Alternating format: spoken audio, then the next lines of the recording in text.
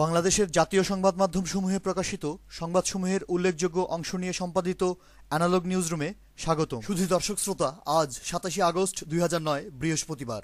আবারও রক্তাক্ত হয়েছে রাজশাহী বিশ্ববিদ্যালয় ক্যাম্পাস। সরকার সমর্থক ছাত্রলীগ নেতাকর্মীরা প্রতিপক্ষ ছাত্র সংগঠনের সাধারণ সম্পাদককে নৃশংসভাবে হত্যা করার পর দীর্ঘদিন বন্ধ থাকা শিক্ষা প্রতিষ্ঠানটিতে আবারও রক্তের হোলি খেলেছে ছাত্রলীগ ক্যাডাররা। এবার অবশ্য রাজনৈতিক প্রতিপক্ষ নয়, নিজ দলীয় ভিন্ন গ্রুপের কর্মীদেরকে চাঁদাবাজির ভাগবাটোয়ারাকে উপলক্ষ করে মারাত্মকভাবে ধারালো অস্ত্র দিয়ে কুপিয়ে গুরুতর আহত করার ছবি এবং সংবাদ এসেছে দৈনিক প্রথম আলো, নয়াদিগন্ত, মানবজমিন, সমকাল ও যুগান্তরে।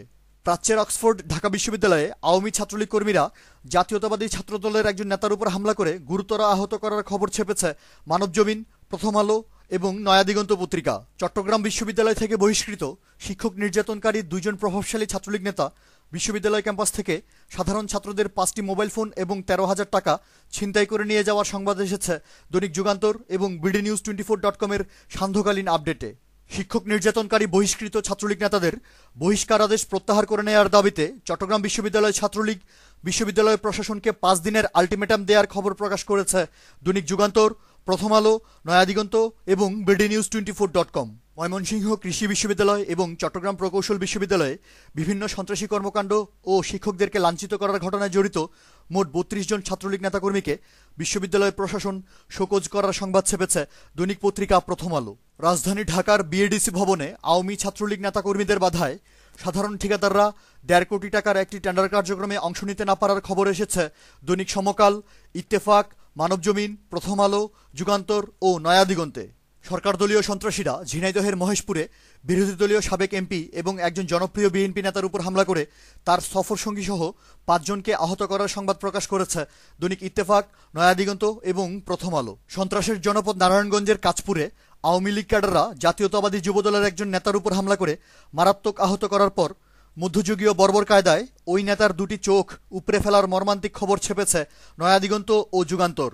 সীমান্ত জেলা যশোরের শার্শায় সরকার দলীয় সন্ত্রাসীরা একজন যুবদল নেতার বাড়িতে হামলা করে বোমাবাজি ও ভাঙচুর শেষে কয়েক লক্ষ টাকার মালামাল লুট করে নিয়ে যাওয়ার পাশাপাশি ৩ জনকে গুরুতর আহত করার খবর এবং যুবলীগ ক্যাডাররা ফরিদপুরের নগরকান্দায় নিজ দলীয় একজন নেতাকে ধারালো অস্ত্র দিয়ে কুপিয়ে মারাত্মক আহত করার সংবাদ এসেছে যুগান্তর এবং প্রথম আলো পত্রিকায়। ফেনীর ফাজিলপুরে আওয়ামী যুবলীগ ক্যাডাররা সংখ্যালঘু হিন্দু সম্প্রদায়ের লোকজনদের উপর হামলা করে ১০ জনকে আহত করার খবর। সরকার দলীয় ক্যাডাররা বিভাগীয় নগরীর রাজশাহীতে রেলওয়ের ১.৫ কোটি টাকার টেন্ডার ছিনতাই করে নিয়ে যাওয়ার সংবাদ এবং মৃত্যুপুরী কুষ্টিয়াতে আওয়ামী লীগ নেতা ও পুলিশের ছত্রছায়ায় বিভিন্ন চরমপন্থী সংগঠনের বেপরোয়া চাঁদাবাজির খবর ছেপেছে দৈনিক আমার দেশ, যুগান্তর, মানবজমিন এবং সমকাল। সীমান্ত জেলা চুয়াডাঙ্গায় সরকার দলীয় এমপি ও তার লোকজনের বেপরোয়া চাঁদাবাজি, টেন্ডারবাজি, মাদক ব্যবসার নিয়ন্ত্রণ, দখলবাজি, ভর্তি বাণিজ্য, চোরাচালানি কর্মকাণ্ড এবং চরমপন্থী সংগঠনের সাথে যোগসাযোগের উপর একটি অনুসন্ধানী প্রতিবেদন ছেপেছে প্রথম আলো পত্রিকা।